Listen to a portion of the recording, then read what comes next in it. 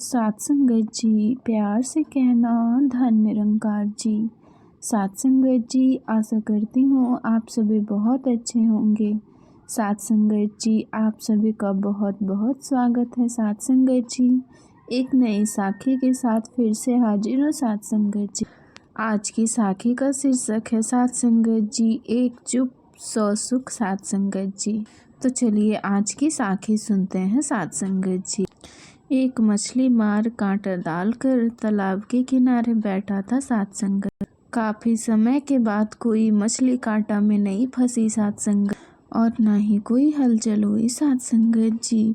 और वो मछली मार सोचने लगा सात, कहीं मैंने गलत जगह कांटा तो नहीं डाला सात संगत, यहाँ तो कोई मछली है ही नहीं सात संगत।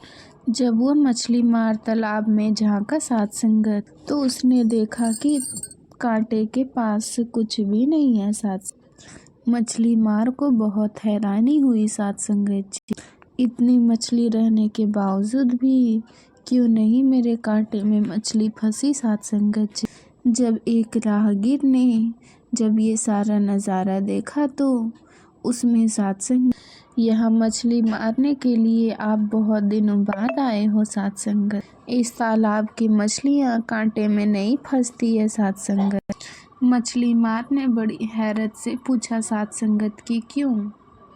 तालाब के किनारे एक बहुत बड़े संत महापुरुष ठहरे थे सात संगत। उसने मौन की महत्ता पर प्रवचन दिया था सात संगत। उस संत की वाणी में इतना तेज था कि वह जब भी प्रवचन देते तो सारी सात संगत मछलियाँ भी बड़े ध्यान से सुनती थी सात संगत। और ये उनके प्रवचनों का ही असर है सात संगत। जब भी इन मछलियों को जाल में फंसाने के लिए सात संगत कांटा डालकर बैठता है सात संगत, तो यह मौन धारण कर लेती है सात संगत। जब ये मछलियाँ मुंह ही नहीं खोलेंगे तो कांटे में कैसे फंसेंगे सात संगत।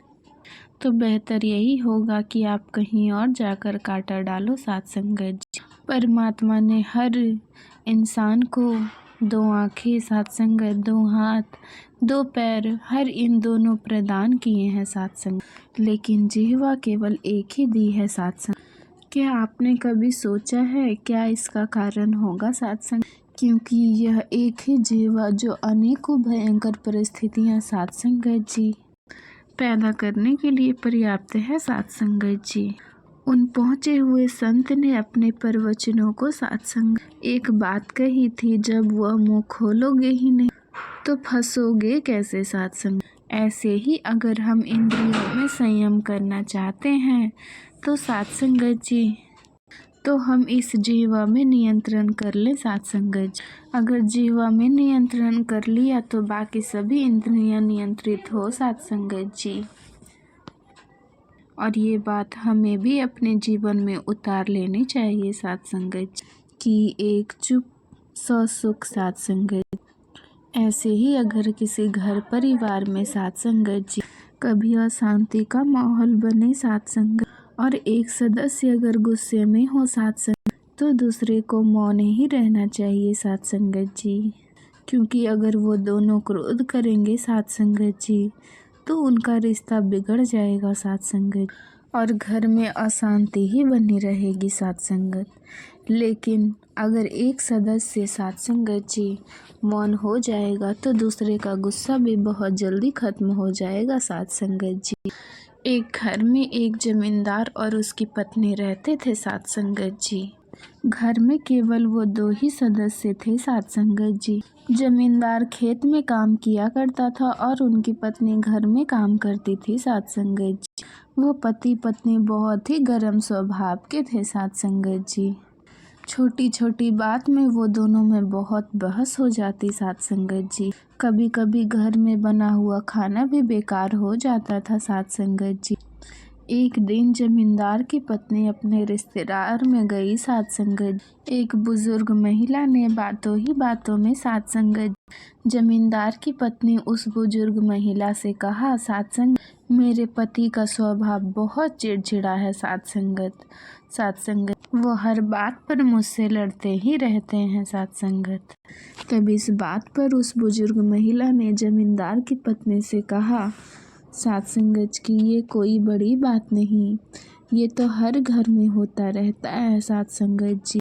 मेरे पास इसके लिए एक अचूक दवा है सात संगत जी। जब कभी भी तुम्हारा पति तुम्हारे साथ लड़े सात संगत जी, तो उस दवा को तुम अपने मुंह में रख लेना सात संगत। उससे तुम्हारा पति अपने आप चुप हो जाएगा सात संगत जी। बुजुर्ग महिला अपने घर के अंदर गई और शीशे सात संगत और जमींदार की पत्नी को वो दवाई दे दी सात संगत। घर आकर जमींदार की पत्नी उस दवा की परीक्षा करनी शुरू कर दी सात संगत जी। जब भी जमींदार की पत्नी उससे लड़ता था तो वो अपने मुंह में उस दवाई को रख लेती थी सात संगत, और उस दवाई से उसे बहुत असर दिखाई देने लगा सात संगत। जमींदार से अपनी पत्नी का लड़ना बहुत कम हो गया सात संगत जी। यह देखकर जमींदार की पत्नी बहुत खुश हुई सात संगत जी। वो खुशी खुशी उस बुजुर्ग महिला के पास गई सात संगत। आपकी दवाई तो काम कर गई सात संगत जी। मेरे पति पहले की तरह गुस्सा नहीं करते सात संगत जी, और ना ही मुझसे लड़ते हैं सात संगत जी। वो दवाई ख़त्म हो गई है, आप फिर से मुझे वो दवाई दे दीजिए। तब बुजुर्ग महिला ने जमींदार की पत्नी से कहा, वो शीशी जो मैं तुम्हें दिया था सात संगत जी, वो तो केवल शुद्ध जल था। शुद्ध जल के सिवा कुछ भी नहीं था सात संगत।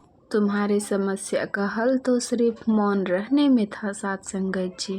जब तुम दवाई को यानी पानी को मुंह में भर लेती थी तो बोल नहीं सकती थी सात संगत जी। तुम्हारी चुप्पी को देखकर तुम्हारे पति का क्रोध शांत हो जाता था सात संगत जी। इसीलिए कहा गया है, एक चुप सौ सुख सात संगत जी। जमींदार की पत्नी को सब समझ में आ गया सात संगत। अब वो अपने घर खुशी खुशी चले गई सात संगत। ये छोटी सी साखी हमें एक सीख देकर जाती है सात संगत। अगर घर परिवार में कभी अशांति का माहौल बने सात संगत जी, और एक सदस्य अगर क्रोध में हो तो दूसरे को शांत रहना चाहिए, क्योंकि अगर दोनों विरोध करेंगे तो रिश्ता बिगड़ ही जाएगा सात संगत। एक के शांत रहने से दूसरे का गुस्सा भी बहुत जल्दी खत्म हो जाएगा सात संगत जी। अगर इस एक बात को हम अगर अपनी ज़िंदगी में उतार ले सात संगत, तो घर में सुख शांति हमेशा बनी रहेगी सात संगत जी। एक सन्यासी अपने शिष्यों के साथ गंगा नदी के तट पर नहाने के लिए गया सात संगत जी। वहाँ पर एक ही परिवार के कुछ लोग आपस में बात करते करते सात संगत जी एक दूसरे पर क्रोधित हो उठे और जोर जोर से चिल्लाने लगे सात संगत। अब सन्यासी यह देखकर तुरंत पलटा और अपने शिष्यों से पूछा कि क्रोध में लोग एक दूसरे पर चिल्लाते क्यों हैं सात संगत जी।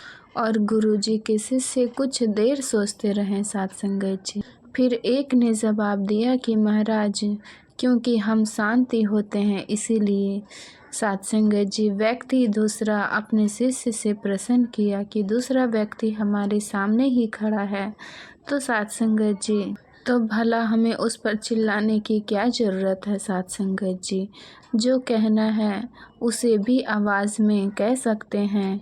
और सात संगत जी शिष्य अपने गुरु को जवाब देने का प्रयास किया सात संगत, पर गुरुजी संतुष्ट नहीं हुए सात संगत जी। अंत में सन्यासी ने अपने शिष्यों को समझाया कि लोग आपस में नाराज़ होते हैं तो उनके दिल एक दूसरे से बहुत दूर हो जाते हैं, और इस अवस्था में एक दूसरे को बिना चिल्लाए नहीं हो सकती सात संगत जी। वो जितना ज़्यादा विरोध करेंगे उनके बीच उतनी ही दूरी उतनी ही ज़्यादा बढ़ जाएगी, और उतने ही तेज़ी से सात संगत चिल्लाना होगा सात संगत जी। और जब दो लोग प्रेम से बात करते हैं तब वो चिल्लाते नहीं हैं सात संगत जी, धीरे धीरे बात करते हैं सात संगत, तब उसके दिल बहुत करीब होते हैं सात संगत जी। तो उनके बीच की दूरी केवल नाम मात्र ही रह जाती है सात संगत जी। सन्यासी ने अपने शिष्यों को समझाते हुए कहा कि जब भी कभी तुमसे कोई बात करे तो तुम एक बार ध्यान रखना कि तुम्हारे हृदय में दूर ना हो, इसीलिए तुम अपने मुंह से शब्द मत निकालना सात संगत जी। क्योंकि अगर तुम लोग अगर तुम उस पर साथ संगत अगर तुम भी उस पर क्रोध करोगे साथ संगत तो कहीं बीच की दूरी इतनी ना बढ़ जाए साथ संगत कि तुम्हें लौटने का रास्ता ही ना मिले साथ संगत। इसीलिए मौन रहने में ही भलाई है। अगर हम मौन रहेंगे तो दूसरे इंसान का क्रोध अपने आप खत्म हो जाएगा साथ संगत जी। अगर साखी अच्छी लगी हो साथ संगत जी तो वीडियो को लाइक, शेयर और सब्सक्राइब जरूर कीजिएगा साथ संगत, और अपने विचार कमेंट में ज़रूर बताइएगा साथ संगत जी।